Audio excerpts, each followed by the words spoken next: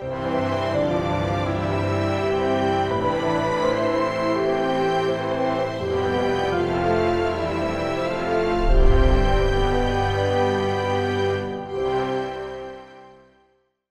우리 부활절 새벽 예배를 어디서 드렸죠? 부활동산에서. 두 가지 참 지금도 가슴속에 여운으로 그렇게 남습니다. 하나는 교회학교 친구들이 부활동산에서 그 새벽에 찬양 드리는 그 모습, 영아부부터 시작을 해서 청년부에 이르기까지 그 찬양을 들으면서 막 사시나 울었어요. 속상해서 울은 것이 아니라 행복해서. 이 찬양 들으면서 이 경험이 우리 친구들에게 일생 동안 믿음으로 이어질 것이다.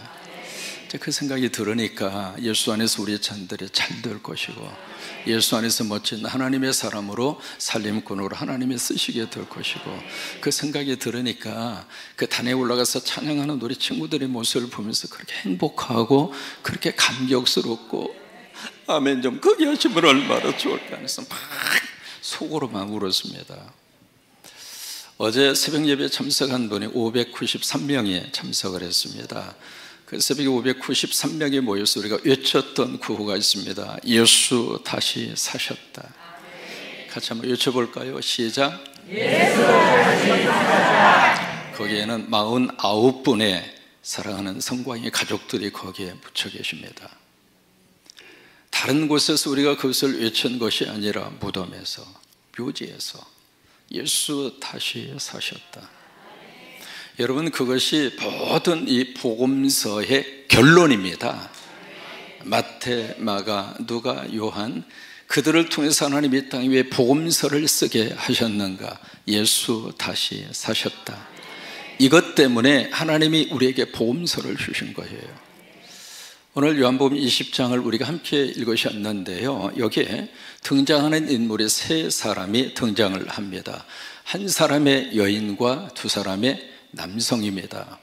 첫 번째 여성의 이름은 막달라 뭐죠? 마리아라고 하는 여성입니다. 그 다음에 이제 두 사람의 남성이 등장을 하는데, 첫 번째 사람은 시몬 누구죠? 베드로라고 하는 사람이 등장을 하고 있고, 세 번째 등장하는 두 번째의 남성은 이름이 없습니다. 이름 대신에 뭐라고 기록하고 있느냐면 그 다른 제자, 익명으로 자신의 이름을 여기다가 표현을 했습니다. 그런데 그 다른 제자 그 앞에 수식어가 들어있어요. 주님께서 사랑하셨다. 그 수식어가 그 앞에 있고요. 그러면서 세 번째 사람은 철저하게 자신의 이름을 밝히지 않고 그 다른 제자, 그렇게 해서 그의 이름을 처리를 합니다. 성경에 여기 마리아라고 하는 이름으로 등장하는 사람이 네 사람이 있습니다. 여러분 잘 아시는 예수님의 어머니, 이름이 뭐죠? 마리아입니다. 두 번째, 성령의 강한 역사가 일어났던 오순절 성령 강림 사건이 있었던 그 다락방을 소유하고 있었던 사람의 마가 요한의 어머니가 마리아입니다. 또 하나, 베다니에 살고 있었던 사람 중에 예수님의 머리에다 향유를 부은 여인이 있잖아요. 그 여인이 베다니의 마리아입니다. 그리고 우리가 네 번째 우리 본문에서 만나는 사람이 무슨 마리아? 막달라 마리아. 이 마리아가요 참 복을 많이 받았어요. 왜? 이름이 좋아요. 막달라 이거야. 은혜도 막 주시고, 축복도 막 주시고, 성령도 막 주시고, 복도 막 주시고. 그게 아멘. 하늘의 것도 막 달라요. 천국은 침노하는 자가 들어간다고 그랬어요.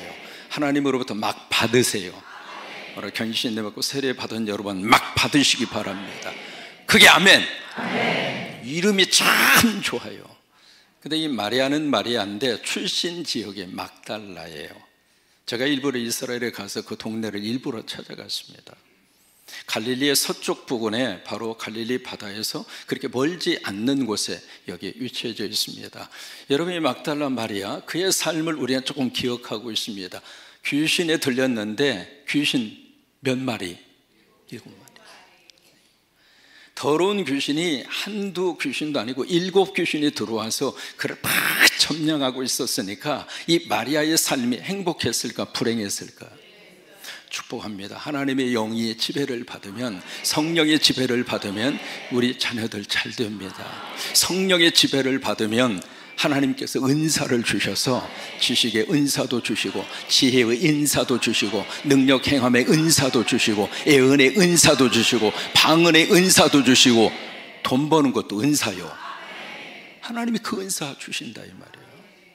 그래서 일곱 귀신이 이 막달라 마리아를 막 점령하고 있어서 그 삶 자체가 불행했는데, 이 막달라 마리아가 예수님을 만난 거예요. 예수님 만나서 그의 삶 자체가 완전히 180도로 달라졌습니다.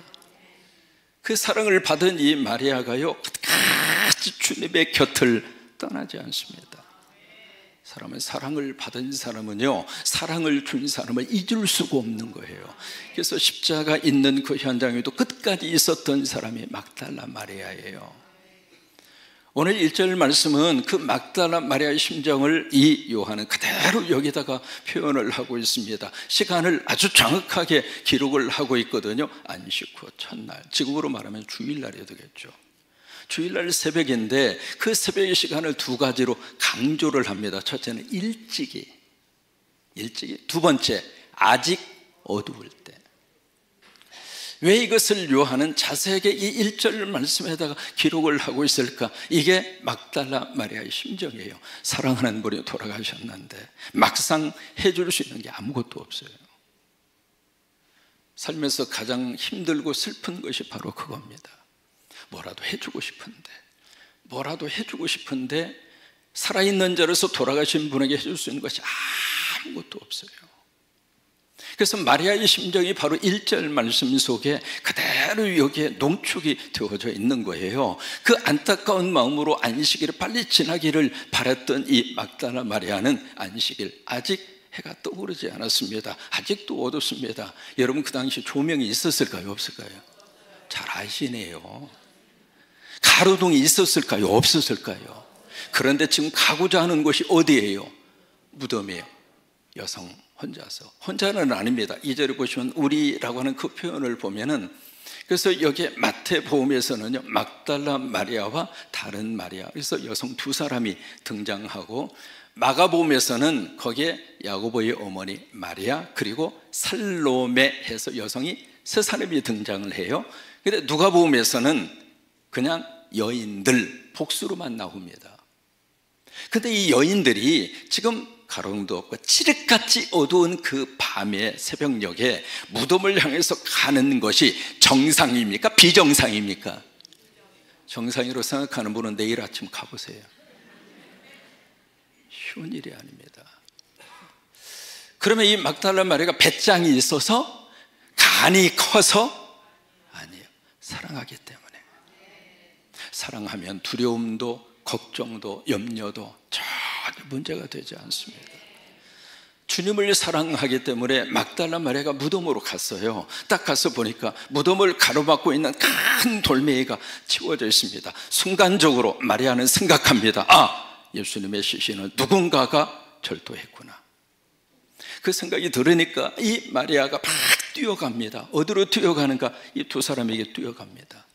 이 두 사람에게 뛰어가서 2절에 보시면 마리아가 뭐라고 이야기하느냐면, 세상에 어떤 사람이 예수님의 시신을 훔쳐다가 어디엔가 놓았을 터인데 우리가 그것을 모르겠습니다. 그러니까 막달라 마리아 입장으로서는 예수님의 시신을 누군가가 도둑질을 해서 예수님의 시신이 없어진 것으로 판단하고 그렇게 생각하고 그것을 베드로와 다른 이 제자에게 이야기를 합니다. 여러분, 여기에 기록이 되어져 있는 그 다른 제자가 누구일 것 같습니까? 요한복음을 쓴 사람이에요. 요한복음을 누가 썼죠? 요한이 썼습니다. 요한은 왜 자신의 이름을 익명으로 그렇게 기록을 했을까? 요한복음이 쓰여질 당시에 예수님의 제자들은 다 돌아가셨어요. 유일하게 남아있는 사람이 요한밖에 없습니다. 그러면 요한은 그 당시 교회의 어른입니다. 가장 존경을 받고 가장 앞서 있는 리더십을 가진 사람임에도 불구하고 자신의 이름을 드러내지 않습니다. 이게 요한의 겸손의 영성이에요. 저나 여러분이나 우리를 통해서 예수님만 드러냈으면 좋겠어요. 우리 이름은 주님 뒤에다가 다 감춰놓고 여러분, 예수님만 드러내면 예수님이 여러분들을 들어 쓰세요. 근데 예수님을 뒤에다가 세우면 우리는 그 예수님의 영광을 가리게 돼요. 그래서 자신의 이름을 철저하게 감추는데 요한복음에 그 다른 제자라고 하는 이름이 5번 나옵니다. 그 중에 20장에 4번 나와요. 그래서 그 다른 제자는 바로 요한이거든요. 이 두 사람에게 마리아가 가서 그 소식을 전하니까 이 두 사람이 막 달리기를 합니다. 어디로 달리기를 하는가? 무덤으로. 이게 도대체 무슨 일이야? 이게 지금 무슨 일이야? 예수님의 시신이 없어지자니 이걸 누가 훔쳐간 거야? 도대체 어떻게 이런 일이 있을 수 있겠는가? 그 생각에 이 두 제자가 막 뛰어가는데 요한이 좀 젊어요. 그래서 달리기에서 1등 했어요. 그래서 먼저 도착한 사람이 요한입니다. 요한이 딱 도착을 했는데 여기에 베드로와 요한의 성격이 그대로 본문 속에 노출되어져 있습니다. 요한이 딱 도착하긴 했는데 요한은요 굉장히 생각이 깊은 사람이에요. 뭘 하나 행동하더라도 돌다리도 막 두들겨 보는 사람, 그게 요한이에요. 딱 도착을 해서 몸을 구부려서 무덤 속으로는 들어가지 않고 도대체 뭐요? 정말 없는 거요? 그러고 이제 이러고 있는 거예요. 근데 그 다음에 도착한 사람이 누구냐면 누가 도착했어요? 베드로. 헐레벌떡거리면서 딱 도착한 다음에 베드로는 굉장히 성격이 다혈질적입니다. 행동을 먼저 하는 사람이거든요. 이거 물어보나 마나 그냥 쏙 하고 그냥 무덤으로 들어갔는데 모르긴 몰라도 이마에다 뭘 좀 찢지 않았을까? 꼼꼼한 무덤에 쏙 하고 들어갔으니까. 가서 보니까 2가지의 것을 베드로는 봅니다. 첫째로 예수님의 시신을 싸고 있었던 뭘 봤죠? 셋자로 시작합니다. 우리로 말하면 300옷을 발견한 겁니다. 그리고 또 하나, 2번째 것을 발견하는데 바로 머리에 썼던 뭐라고 표현되어 있죠? 우리말 번역에서는 수건이라고 되어 있는데 수건이 아니라 천입니다. 머리를 감쌌던 그 천이 다른 한편에 놓여져 있습니다.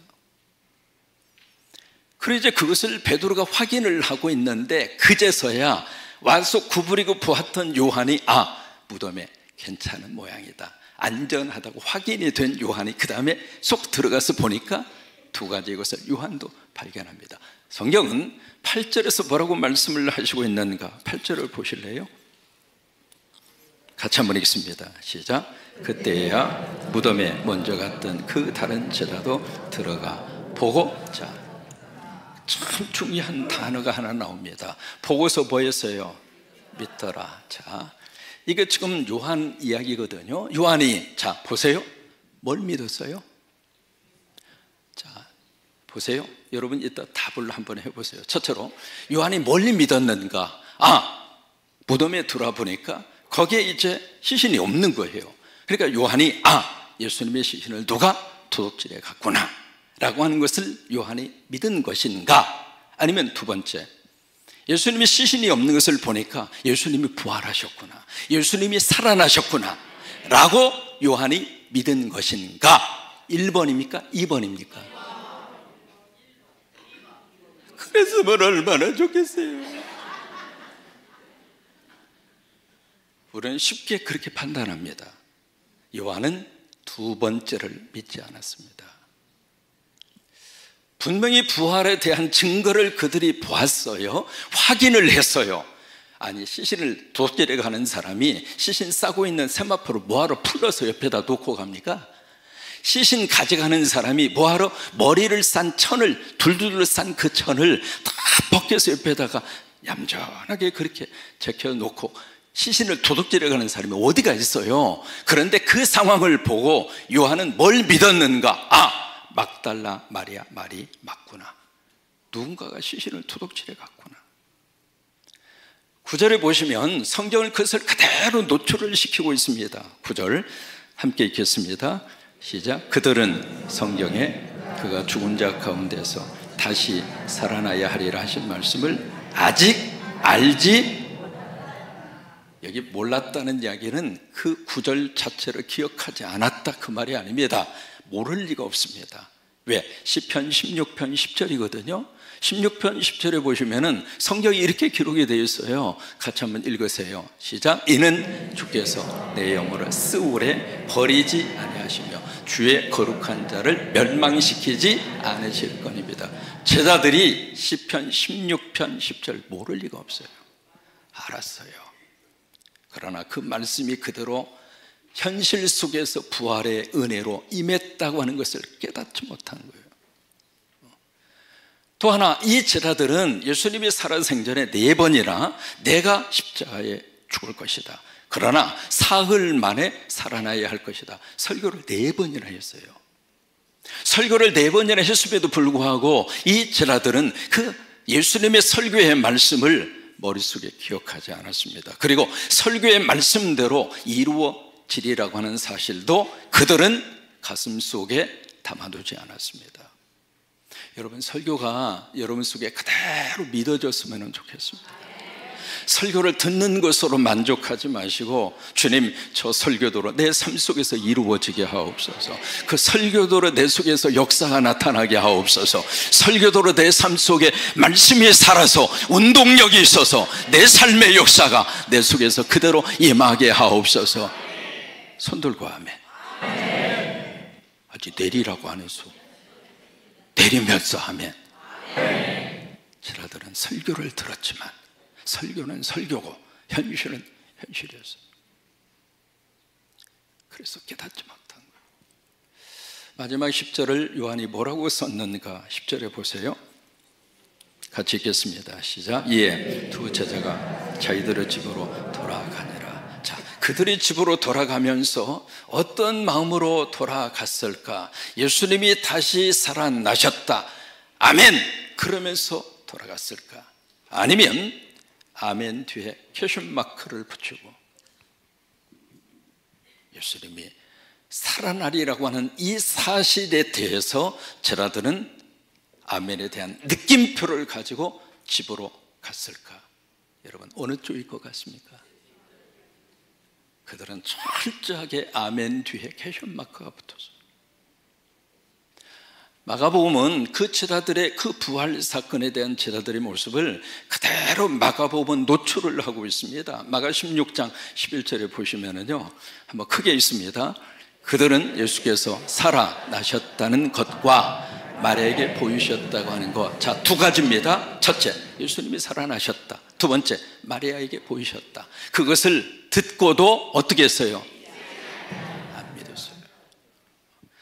그 다음에 마가복음 16장 12절 13절에 한 번 더 강조해서 말씀을 하시거든요. 한번 읽습니다. 그 후에 그들 중 2사람이 걸어서 시골로 갈 때, 이게 엠마오로 내려가는 2 제자 케이스의 이야기잖아요. 그때 예수께서 다른 모양으로 그들에게 나타나시니, 그 다음부터 함께 읽어 시작.